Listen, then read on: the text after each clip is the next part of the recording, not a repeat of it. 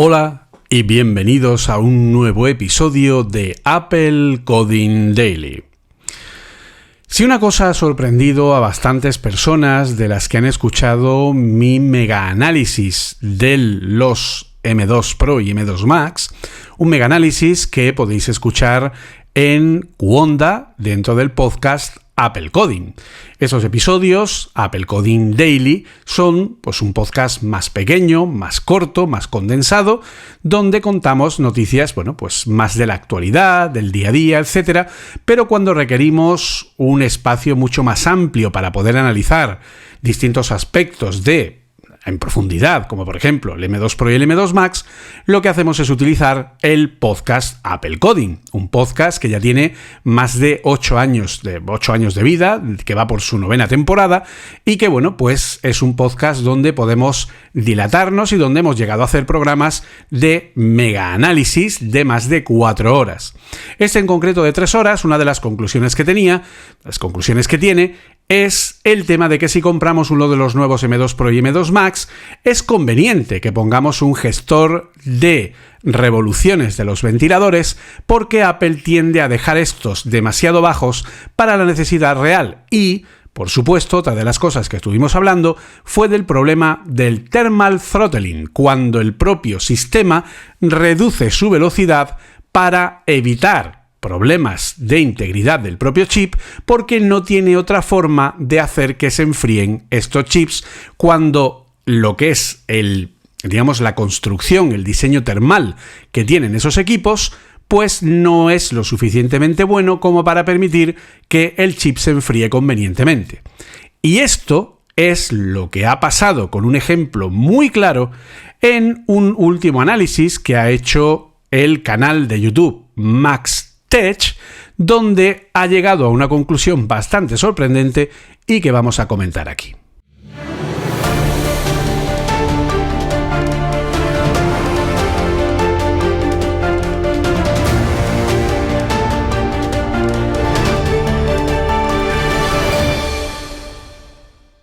El canal de YouTube de MaxTech es un canal que se dedica a hacer reviews de equipos y que en gran parte está dedicado al mundo Apple. De hecho, cada vez que Apple saca un nuevo producto, siempre lo están pidiendo y hacen, reviews de uso bastante detalladas en cuanto a todo tipo de benchmark, pruebas de rendimiento, comparaciones, etc. Además, no escatiman en gastos porque cada vez que salen nuevos equipos de Apple se los piden todos, ¿vale? Y empiezan a probar con todos. Pues bien, resulta que en una de las últimas pruebas que ha realizado, os lo comparto en lo que es la descripción del episodio.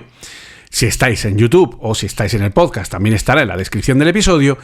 Llega a una conclusión bastante curiosa, y es que ha comprado 2 equipos M2 Max de gama alta, pero uno de 14 pulgadas y otro de 16.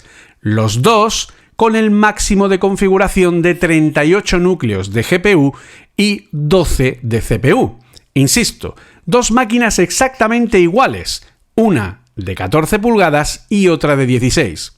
Cuando ha empezado a hacer pruebas con estas máquinas, se ha encontrado con que, son la misma máquina, por lo que obviamente tienen que ir exactamente igual. Hasta ahí no ha habido ningún problema. El problema es cuando ha entrado en funcionamiento el thermal throttling. Y lo he repetido hasta la saciedad, y esto es algo que en muchas ocasiones se nos olvida. Cuando yo tengo un equipo Intel, ¿vale? Como un portátil, he tenido varios portátiles Mac de Intel, incluso ordenadores de sobremesa, como un iMac de 24 pulgadas del año 2008, como varios Mac Minis Intel. Estos ordenadores, dependiendo de su diseño termal, es decir, de cómo están construidos y el espacio que tienen para poder disipar el calor que generan los componentes electrónicos del mismo, principalmente el chip, o en este caso de Intel, la CPU, hace que, los ventiladores tengan que sonar más o menos. Cuando Apple presentó en el año 2015 el MacBook Pro último modelo de unibody de aluminio, antes de sacar los modelos con Touch Bar, incorporó una novedad muy interesante dentro de los ventiladores, donde Apple hizo un estudio de sonido sobre el sonido que tenían sus ventiladores y descubrió que poniendo palas asimétricas dentro del propio ventilador podía conseguir que el sonido se repartiera a nivel de frecuencias y consiguiera que fuera menos ruidoso, que el mismo ventilador con las mismas revoluciones por minuto sonara menos. Y estos son los ventiladores que Apple está poniendo en los ordenadores Mac desde el año 2015. Pues bien, a pesar de todo, yo tengo un MacBook Pro de 13 pulgadas con Touch Bar del año 2019, un MacBook Pro que tiene un i5 de 4 núcleos de Intel y que en cuanto se le pide un poquito más de rendimiento de lo normal, empieza a soplar que da gusto. Y de hecho, es una coña habitual que hablemos de pues lo típico de atención señores pasajeros, el portátil va a despegar, por favor, pongan los asientos rectos y levanten las bandejas, ¿no? Porque efectivamente llega un momento en el que parece que va a despegar, o sea, que ello empieza con el y dices, nada, va a echar a volar en algún momento indeterminado. Y esto es algo que hemos sufrido durante un montón de tiempo. Nuestro amigo Bryce Moure del canal MoureDev, un creador de contenido en YouTube y en Twitch que comparte un montón de información sobre lo que es programación, empezar a programar, etcétera, etcétera, que si no lo seguís, pues no sé qué hacéis con vuestra vida, ¿de acuerdo? Pues es una persona que compró en el año 2019 el MacBook Pro de 16 pulgadas de Intel, que fue el último MacBook Pro de 16 pulgadas Intel que Apple sacó. Y este equipo era el máximo exponente de lo que es un nefasto diseño termal para las necesidades que tenía este equipo. ¿Por qué? Porque el procesador de Intel se calentaba demasiado y en un portátil de ese tamaño, con esa configuración y con ese diseño, el enfriarlo era muy complicado, de forma que al final el equipo se le caía en rendimiento. ¿Esto qué quiere decir? Pues que este Intel maravilloso, súper rápido, increíble, con unas pruebas de test del copón bendito, cuando él lo utilizaba en verano, en la zona de su casa donde lo utilizaba, donde no había aire acondicionado y donde se generaba una temperatura bastante alta, el equipo era incapaz de meter dentro, para refrigerar, aire que fuera más fresco que el que él mismo estaba sacando. Se generaba un bucle en el que el equipo terminaba por entrar en un thermal throttling, que es cuando no hay forma de enfriar un chip y por lo tanto su única solución es bajarlo de velocidad. ¿Por qué sucede esto? Pues no nos engañemos. Porque las compañías, Apple la primera, quieren vendernos portátiles que sean bonitos, ligeros, finos, elegantes. Pero señores, no nos engañemos. Esto va en contra de las leyes de la termodinámica, donde al final tú no puedes ir en contra de esto. Si tú generas calor, tienes que sacar ese calor fuera. Y si el calor no se saca de una forma correcta, tendrás que bajar la velocidad para que se genere menos calor, porque si no, te fundes el equipo, literalmente.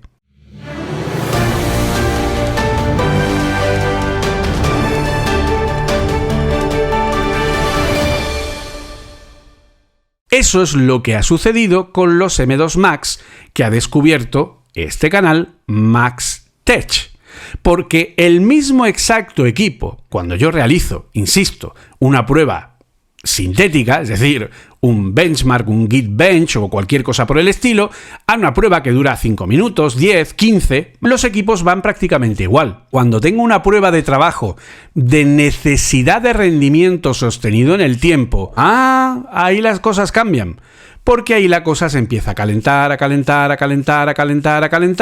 de forma que un test con Cinebench al 100% de requisito de potencia en CPU y GPU, la misma exacta máquina con el mismo exacto chip, pero en una carcasa de 16 pulgadas y en una carcasa de 14, ¿saben lo que sucede? Que la carcasa de 16 hace que el equipo vaya más del doble de rápido. Según las pruebas de puntuación que ha dado Cinebench, el mismo equipo en 16 pulgadas da una puntuación de 11.344, mientras que el mismo exacto equipo en una carcasa de 14 ha dado 4.553. ¿Por qué? Porque el equipo de 14 ha sufrido thermal throttling. El equipo de 14, Apple, el sistema, no le ha quedado otro remedio que reducir drásticamente su velocidad. Reducirla porque el espacio para disipar el calor, los ventiladores a una buena potencia, ¿vale? Bastante más alta de la que normalmente se pondría, pero incluso llegando al límite de los 6.000 y pico revoluciones por minuto a los que puede llegar ese equipo, no es suficiente. Sigue siendo demasiado estrecho, sigue siendo demasiado... con demasiado poco espacio, no hay sitio para sacar todo el calor que genera, y estamos hablando de un Apple Silicon, ¿vale? Pero claro, es un Apple Silicon M2 Max que ya es algo un poquito más serio, porque Apple, como ha mantenido el sistema de fabricación de los M1 Max, simplemente ha utilizado un proceso, como ya hemos hablado en otros episodios. Los M2 Max y los M1 Max están construidos los 2 sobre 5 nanómetros. La única diferencia es que el proceso del M2 Max es un poco más eficiente, pero como Apple tenía que vender equipos y que la gente tuviera la sensación de que los equipos son mejores, ¿qué es lo que ha hecho? Ponerles más núcleos, ponerles más núcleos de CPU, más núcleos de GPU, aumentarles la velocidad a esos núcleos, etc. Conclusión: más consumo, más calor en un mismo diseño termal que, aunque ha sido mejorado levemente, al final el espacio es el mismo, pues no se puede.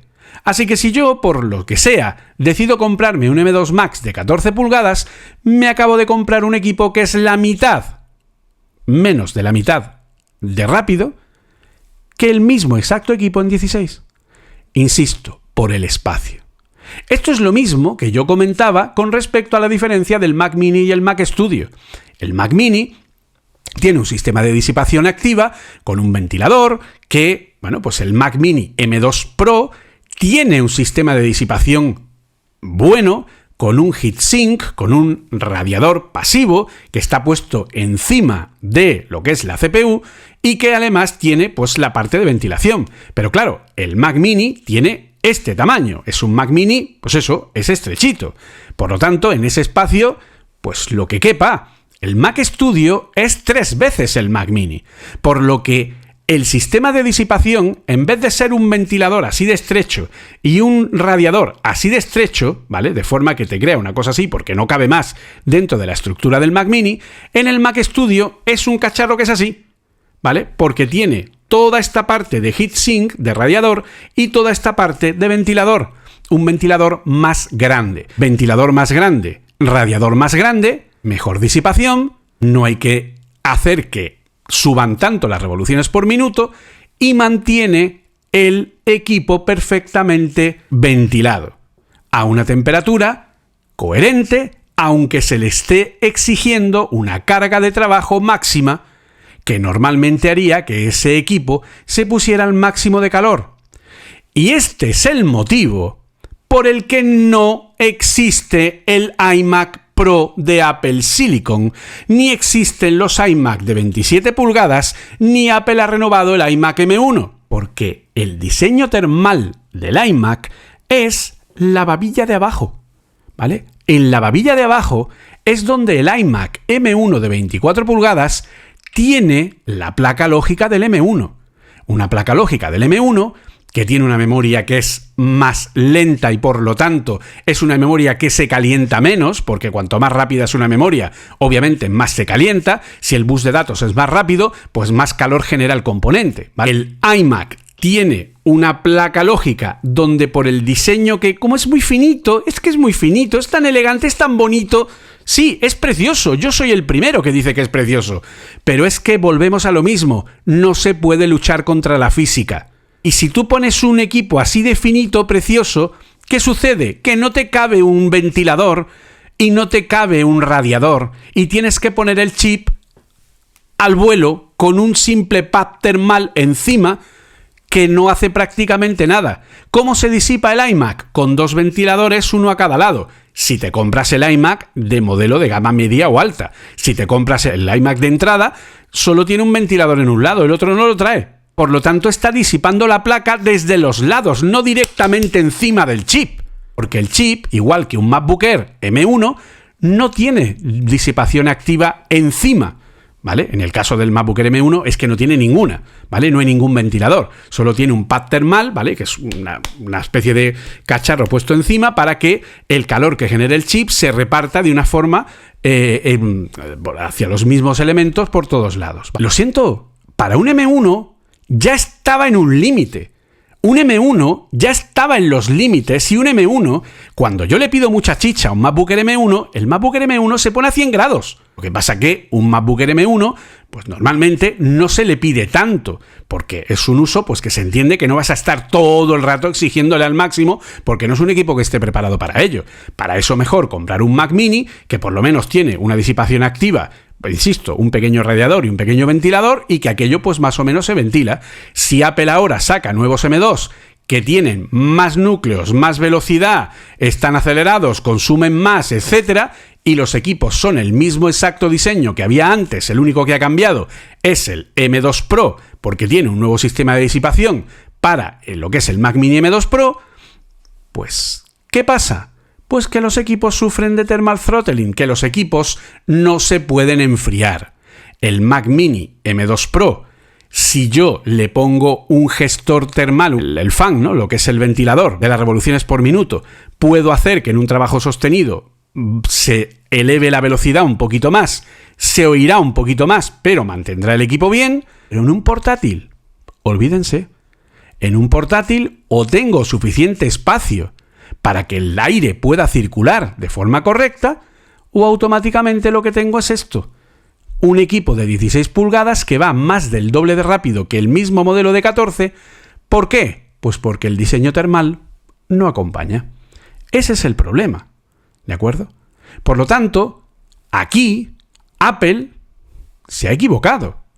Porque por renovar los equipos ha provocado un problema de excesivo calentamiento de los mismos, cuando precisamente los Apple Silicon tienen que, pues eso, se caracterizan por eso, porque consiguieron en la primera generación que todo fuera muy bien. Pero claro, ahora lo aceleran todo y aumentan el consumo energético por vender una nueva generación, y con estas estamos.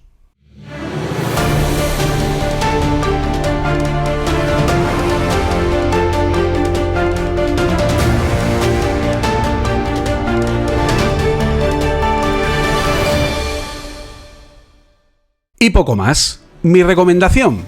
Pues bien, háganse la siguiente pregunta. ¿Quieren un equipo portátil de 14 pulgadas? Perfecto. Cojan un M2 Pro.